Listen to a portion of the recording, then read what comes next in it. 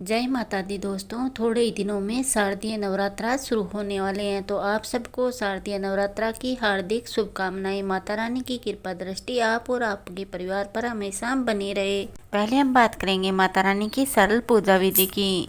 आज मैं इस वीडियो के माध्यम से आपको संपूर्ण पूजा विधि, माता रानी को लगाए जाने वाले 9 दिन के भोग, किस रंग के कपड़े पहनने चाहिए, सब कुछ एक ही वीडियो में बताऊंगी। तो आप वीडियो के अंत तक जरूर बने रहें। वीडियो को आप पूरा देखें, स्किप बिल्कुल ना करें, ताकि संपूर्ण पूजा विधि के बारे में आप विस्तार से जान सकें। चलिए पहले बात करते हैं सरल पूजा विधि की। सबसे पहले आपको एक चौकी लेनी है और उस पर लाल या पीले रंग का वस्त्र बिछा लीजिए। अब आपको एक कटोरी गेहूं या चावल लेना है और उससे अष्टकमल बनाना है। अष्टकमल कैसे बनाना है ये मैंने अपनी पिछली वीडियो में बताया है, आप मेरे डिस्क्रिप्शन में जाकर देख सकते हैं। अब आपको एक तांबे का कलश लेकर अष्टकमल पर रख देना है और उस पर एक स्वास्तिक का चिन्ह बनाना है। तांबे या मिट्टी जिसका भी आप पात्र ले रहे हैं उसके गले पर आप मोली बांध लीजिए।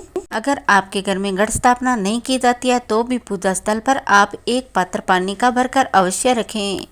कलश को आप पानी से भर लीजिए और उसमें गंगा जल, लौंग, इलायची, हल्दी की गांठ, अगर हल्दी की गांठ नहीं है तो आप पीसी हुई हल्दी भी डाल सकते हैं। 1 रुपए का सिक्का और सुपारी डाल दीजिए और अंत में अक्षत और दुर्वा डाल लेनी है और 5 पल्लव लगा लीजिए, यानी 5 आम के पत्ते लगानी है और उसे इस तरह से लगा लेना है जिस तरह से मैंने कलश में लगाया हुआ दिखाया है।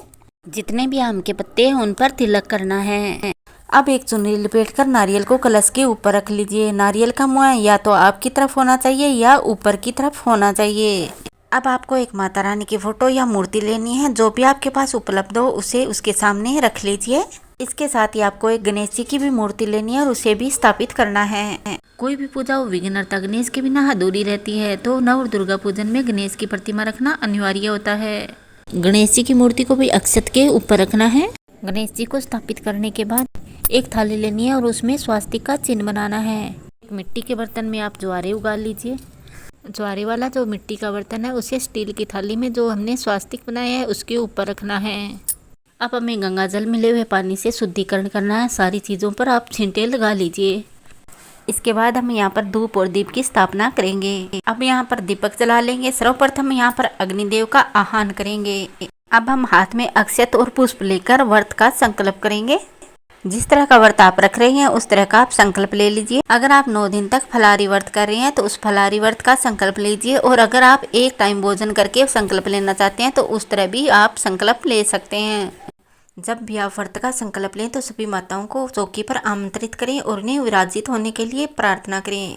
माँ से प्रार्थना करें कि आपकी जो 9 दिन की पूजा सेवा है उसे वो स्वीकार करें। अब आपकी जो भी मनोकामना है उसे मन ही मन बोलें और माता रानी के सामने प्रार्थना करें कि वो आपकी मनोकामना पूरी करे।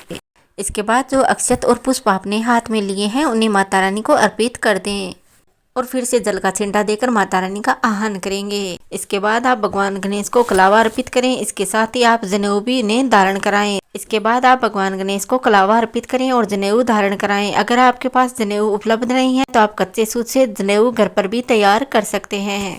जनेऊ रोज बदलना जरूरी नहीं है, आप एक बार उन्हें धारण करा सकते हैं। अगर आप ऐसा रोज कर सकते हैं तो बहुत अच्छी बात है, लेकिन प्रथम दिन इस तरह से पूजा अर्चना करनी अनिवार्य है।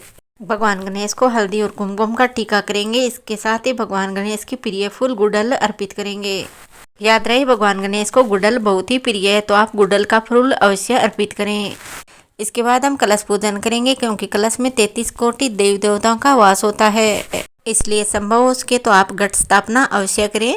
कलश को टीका करने के बाद आप वस्त्र रूपी कलावा अर्पित कीजिए और इसके साथ ही स्वास्तिक का चिन्ह भी बनाइए। अब आप माँ दुर्गा को तिलक करते हुए जितने भी उनके अस्त्र शस्त्र है उनको भी तिलक कीजिए। इसके बाद आप माता रानी को सिंदूर अर्पित करें। जो सिंदूर आपने माता रानी को अर्पित किया है उसका तिलक अपने माथे में लगाएं और अपनी चूड़ियों में लगाएं। ये सुहाग भाग का प्रतीक होता है। माता रानी को अक्षत अर्पित करते हुए चुनरी पहनाएं। सुहाग की जितनी भी सामग्री है आप माता रानी को 9 दिन में अवश्य अर्पित करें। हो सके तो आप प्रथम दिन भी अर्पित कर सकते हैं, वरना नवमी को अवश्य करें। माता रानी को धूप दीप देने के बाद जो ज्वारी है उनका भी पूजन करेंगे और तिलक करेंगे। माता रानी को लाल रंग के पुष्प बहुत ही प्रिय हैं, तो आप लाल रंग के पुष्प उन्हें अर्पित करें। अब हम माता रानी को भोग प्रसाद चढ़ाएंगे। जो मुख्य रूप से भोग प्रसाद दिया जाता है वो होता है लौंग और बतासे का। इसके साथ ही आप पंचमेवे और फ्रूट अवश्य चढ़ाएं क्योंकि ये फलाहारी व्रत होता है। अगर आपके पास फल और मेवे नहीं है तो आप बतासे भी चढ़ा सकते हैं। बतासे और लौंग अवश्य चढ़ाएं। अंत में आप जल का एक कलश जरूर रखें क्योंकि जल कलश अवश्य रखना चाहिए। अंत में हम एक छोटा सा हवन करेंगे। इसके लिए हम गाय के गोबर का एक उपला लेंगे और उस पे घी, लौंग, बतासा डालकर हवन करेंगे। करते हुए माता रानी के मंत्र का जाप अवश्य करें। माता रानी का मुख्य मंत्र है ओम दुम दुर्गाय नमः। हवन की जो अग्नि होती है उसमें लौंग के जोड़े परिवार का हर एक सदस्य अवश्य अर्पित करें। घी में डुबोकर लौंग डालना है। ऐसा करने से घर में सुख और समृद्धि आती है और माता रानी का पूरे साल स्थायी वास बना रहता है। और अंत में दीपक जलाकर या कपूर जलाकर माता रानी की आरती अवश्य करें। तो ये थी माता रानी की सरल पूजा विधि। अब हम बात करेंगे माता रानी के भोग की। माता रानी के जो 9 दिन होते हैं नवरात्रा में, किस दिन किस माँ को किस चीज का भोग लगाना है ये हम बात करेंगे। प्रथम दिन माँ शैलपुत्री की पूजा की जाती है। माँ शैलपुत्री के आशीर्वाद से पूरे साल हमारी काया निरोगी बनी रहती है। रोग मुक्ति के लिए गाय के घी से बनी चीजों का भोग लगाएं। नवरात्रा के दूसरे दिन माँ ब्रह्मचारिणी की पूजा की जाती है। ये व्रत पति और बच्चों की लंबी उम्र के लिए किया जाता है। लंबी उम्र के लिए माँ को मिश्री, चीनी और पंचामृत का भोग लगाएं। तीसरे दिन माँ चंद्रघटा की पूजा की जाती है। चंद्रघटा माँ आपके परिवार में सुख और समृद्धि बनाई रहती है। चौथे दिन दुश्मनों से मुक्ति के लिए माँ कुष्मांडा की पूजा करनी चाहिए। नवरात्रि के 5वें दिन माँ स्कंद माता की पूजा की जाती है। स्कंद माता पूरे साल आपका स्वास्थ्य बनाए रखती है तो इस दिन आप केले का भोग लगाएं। छठे दिन माँ कात्यायनी की पूजा की जाती है। आकर्षक व्यक्तित्व और सुंदरता पाने के लिए माँ को शहद का भोग लगाएं। नवरात्रि के 7वें दिन माँ कालरात्रि की पूजा की जाती है। शोक व संकट से बचाने के लिए माँ को गुड़ का भोग लगाएं। नवरात्रि के 8वें दिन महागौरी की पूजा की जाती है। संतान संबंधी समस्याओं के समाधान के लिए माँ को नारियल का भोग लगाएं। नवरात्रि के अंतिम दिन माँ सिद्धिदात्री की पूजा की जाती है। माँ सिद्धिदात्री सुख समृद्धि के लिए जानी जाती है। माँ सिद्धिदात्री की पूजा करने से पूरे साल सुख और समृद्धि बनी रहती है। नवरात्रि के अंतिम दिन कन्याओं को भोजन कराकर माँ के व्रत का पारण करें। हमें व्रत का पारण कैसे करना चाहिए और नवरात्रि के 9 दिनों में किस तरह के वस्त्र पहनने चाहिए मैं आपको अगली वीडियो में बताऊंगी। नवरात्रा कब से शुरू हो रहे हैं, पारण का शुभ समय क्या है, नवरात्रा में घट स्थापना कब करनी है, घट स्थापना का शुभ समय क्या रहेगा, इस बारे में मैंने वीडियो बनाई है तो आप मेरे चैनल पेज पर जाकर देख सकते हैं। लिंक मैं डिस्क्रिप्शन में दे दूंगी। आप डिस्क्रिप्शन में जाकर भी वीडियो वॉच कर सकते हैं। अगर आप नवरात्रा व्रत के बारे में कुछ और जानना चाहते हैं तो आप मुझे कमेंट करके ज़रूर बताएं। मैं उसकी जानकारी आपको वीडियो के माध्यम से ज़रूर दूंगी। और अगर आप राशि अनुसार पूजा विधि जानना चाहते हैं तो भी आप मुझे कमेंट अवश्य करें। राशि के अनुसार पूजा विधि भी मैं आपको ज़रूर बताऊंगी।